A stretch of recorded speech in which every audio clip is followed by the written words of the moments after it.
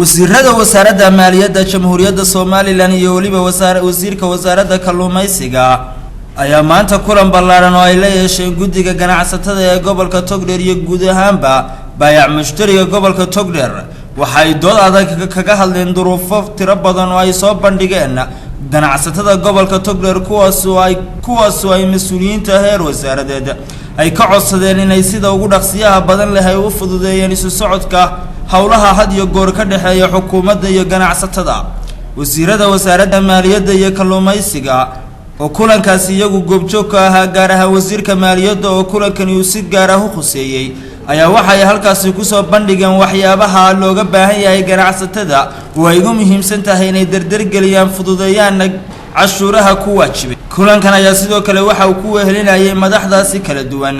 barasaabka gobolka Togdheer taliyaha ciidanka booliska ee gobolka Togdheer iyo waliba taliyaha ciidanka asluubta iyo waliba sidoo kale marti sharaf kale oo aad u tiro badan wasiirka wasaaradda maaliyadda Soomaaliland Cabdicasiis Maxamed Samaale oo warbaahinta kula hadlayay fagaaraha hore ee hotelka City Palace ee magaalada Burco ayaa waxa uu ka warramay ujeedada safarkooda Burco iyo waliba waxyaabihii ay ka wada hadleen iyaga iyo ganacsatada waxaanu maanta kulan dheer oo saacado badan qaatay wada yeelanay guddida ganacsatada iyo guud ahaan ganacsatada gobolka Togdheer gaar ahaan magaalada caasimadda ee Burco oo dad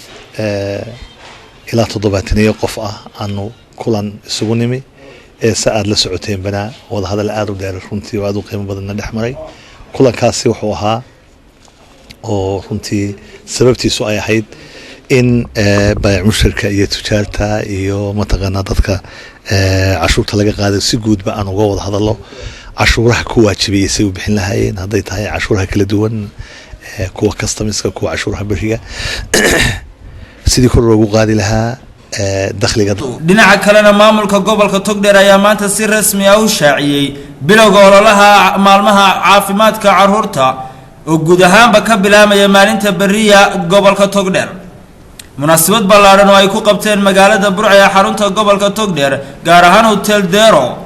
ayaa waxa ka soo qayb galay maamulka caafimaadka ee heer gobol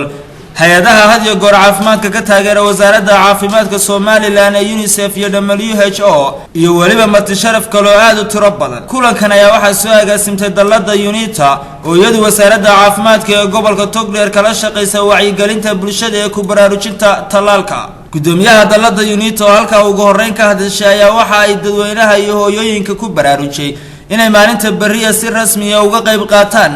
qaadashada ololaha maalmaha caafimaadka talaalka oo laga daweyn doono bayti dadka 6 cudur dila ee aan daawada lahayn ka hortaga mooyee anagu hadii aan hay'ata waxaan ku raadayay shaqadayda tayamarolkayagu waxa weeyaan wacyigelinta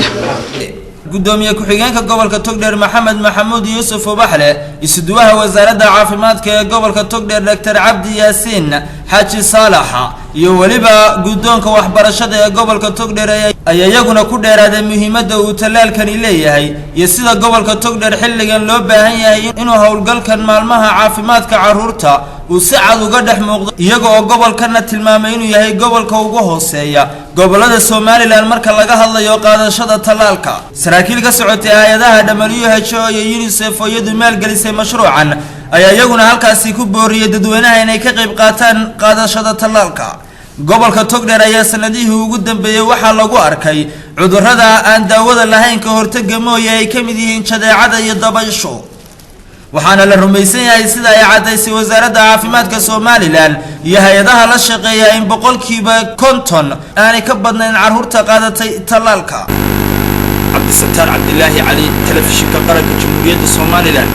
magaalada Burco